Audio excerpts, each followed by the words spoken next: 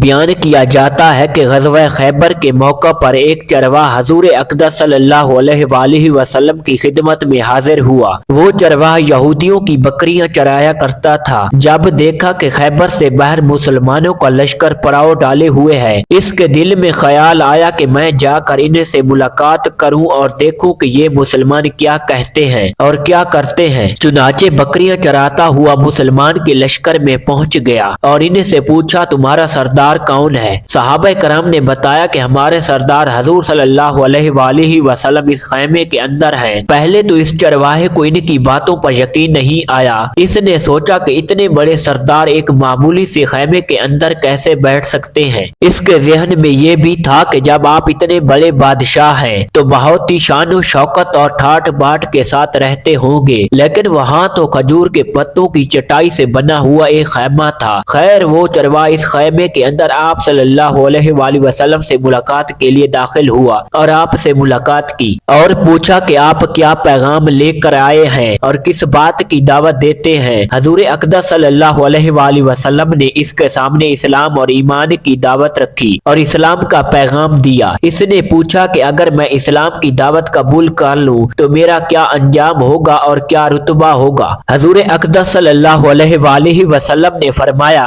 کہ اسلام لانے کے بعد تم ہمارے بھائی بن جاؤ گے اور ہم تمہیں گلے سے لگائیں گے۔ اس چرواہے نے کہا کہ آپ مجھ سے مذاق کر رہے ہیں، میں کہاں اور آپ کہاں؟ میں ایک معمولی سا چرواہ ہوں اور میں ایک صاف عام انسان ہوں، میرے بدن سے بدبو آ رہی ہے، ایسی حالت میں آپ مجھے کیسے گلے سے لگا سکتے ہیں؟ حضور اقدس صلی اللہ علیہ وآلہ وسلم نے فرمایا کہ ہم تمہیں ضرور گلے سے لگائیں گے اور تمہارے جسم کی سیاہی کو اللہ تعالیٰ مٹا دے گا اور اللہ تعالیٰ تمہارے جسم سے اٹھنے والی بدبو کو خوشبو سے تبدیل کر دیں گے۔ یہ بات سن کر وہ فوراً مسلمان ہو گیا اور کلمہ شہادت پڑھ لیا۔ پھر حضور صلی اللہ علیہ وآلہ وسلم سے پوچھا کہ یا رسول اللہ صلی اللہ علیہ وآلہ وسلم میں کیا کروں؟ آپ صلی اللہ علیہ وآلہ وسلم نے فرمایا کہ تم ایسے وقت پر ایمان لائے ہو کہ نہ تو اس وقت کسی نماز کا وقت ہے کہ تم سے نماز پڑھاؤں اور نہ ہی روزے کا زمانہ ہے کہ تم سے روزہ رکھواؤں، زکوٰۃ تم پر فرض نہیں ہے، اس وقت تو صرف ایک ہی عبادت ہو رہی ہے جو تلواروں کی چھاؤں میں انجام دی جاتی ہے، وہ ہے جہاد فی سبیل اللہ۔ اس چرواہے نے کہا یا رسول اللہ صلی اللہ علیہ وآلہ وسلم میں اس جہاد میں شامل ہو جاتا ہوں، لیکن جو شخص جہاد میں شامل ہوتا ہے اس کے لیے دو میں سے ایک صورت ہوتی ہے، یا غازی یا شہید، تو اگر میں اس جہاد میں شہید ہو جاؤں تو آپ میری کوئی ضمانت لیجئے۔ حضور صلی اللہ علیہ وآلہ وسلم نے فرمایا کہ میں اس بات کی ضمانت لیتا ہوں کہ اگر تم اس جہاد میں شہید ہو گئے تو اللہ تعالیٰ تمہیں جنت میں پہنچا دیں گے اور تمہارے جسم کی بدبو کو خوشبو سے تبدیل فرما دیں گے اور تمہارے چہرے کی سیاہی کو سفیدی میں تبدیل کر دیں گے۔ چونکہ وہ چرواہ یہودیوں کی بکریاں چراتا ہوا وہاں پہنچا تھا، اسی لیے حضور صلی اللہ علیہ وآلہ وسلم نے فرمایا کہ تم یہودیوں کی جو بکریاں لے کر آئے ہو ان کو جا کر واپس کرو، اس لیے کہ یہ بکریاں تمہارے پاس امانت ہیں۔ اس بات سے یہ اندازہ لگائیں کہ جن لوگوں کے ساتھ جنگ ہو رہی ہے، جن کا محاصرہ کیا ہوا ہے، ان کا مال غنیمت ہے،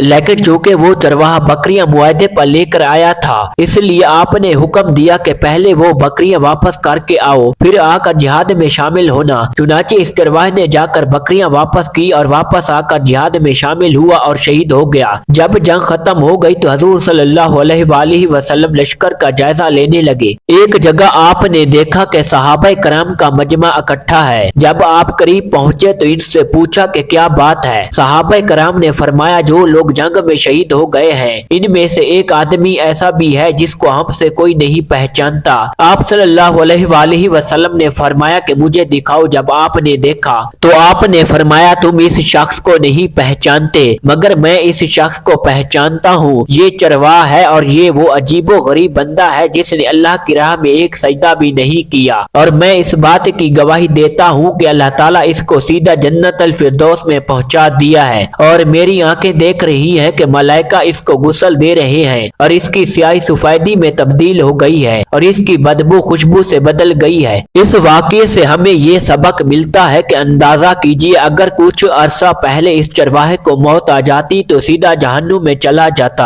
اور اب اس حالت میں موت آئی کہ ایمان لا چکا ہے اور سرکار دو عالم صلی اللہ علیہ وآلہ وسلم کا غلام بن چکا ہے، تو اب اللہ تعالیٰ نے اتنا بڑا انکار انقلاب پیدا فرما دیا، اسی لیے فرمایا اعتبار خاتمے کا ہے۔ اسی لیے بڑے بڑے لوگ لرزاتے رہتے ہیں اور یہ دعا کرتے رہتے ہیں کہ یا اللہ ہمارا خاتمہ ایمان پر فرما۔